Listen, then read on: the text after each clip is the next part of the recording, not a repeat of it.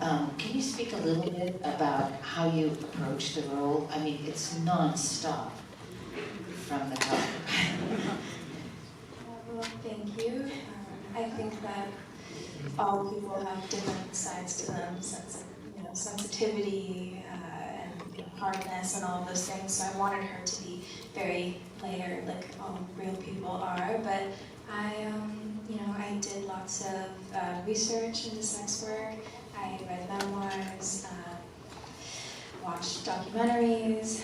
I also learned some Russian for the film and did really intensive dance training as well. So just lots of things, all the things that actors do to prepare. But it's remarkable. So you're not a native Russian speaker? No. Right. No. Because it comes off very easily when you do. Thank you. Yeah. I thought so, yes. I wanted to ask you again, Sean, there's so much incredibly compulsive comedy all throughout the film. And many people have compared some of those scenes to the early films of Ernst Lubitsch. Were some of those directors' influences for you? Yeah, I would say so. I mean, I don't know. I mean, I have to say I don't think I had them directly in mind. I think maybe a little later, people who were actually influenced by them, like John Landis and perhaps even Robert Zemeckis, who before Back to the Future made a wonderful film called Used Cars, which I think is one of the best comedies of all time. And but yeah, I think just in general the American tradition of madcap comedy throughout the century of cinema probably I was looking at. So much of that incredible chaos is provided by these gentlemen here.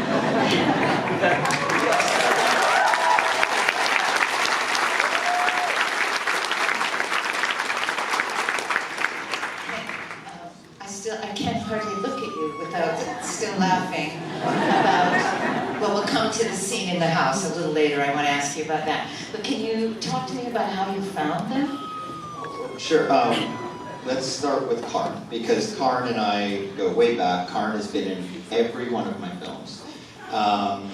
And 15 years ago, we talked about making a film about the Russian-American community in Brighton Beach and Coney Island. And it just took us this long to get there. But so Karn's been with me for 30 years. Yura came to the table because I saw an amazing film that you should all seek out called Compartment Number 6. A brilliant filmmaker, and we happened to be at Cannes at the same time. It was 21.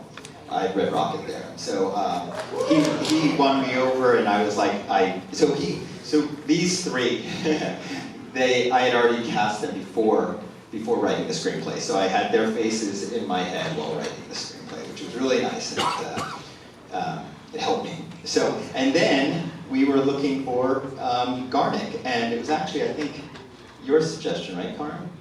Why don't you talk about that? Thanks to you, I'm here. I've been following Bacha on Instagram for many years. And, I used to do comedy back to Armenia for 15 years, so I was lucky he was following me. He's being humble. He's a huge comedian. Yes, no, it's true. Very, in terms of popularity, yes. So like 5 years ago, I texted him via Instagram. I said, I'm a big fan. How can I watch your work online? He never answered me. So 5 years, fast forward, why don't you take over? Yeah, when Sean called me, he's like, hey man, I've seen your comedy, that's hilarious. I'm like, how you seen me? Like, why? And then he explained that Karen Karagulian suggested you, and I'm start browsing in and see he texted me like 5 years ago, and I was like, hey man, I've just seen your text message.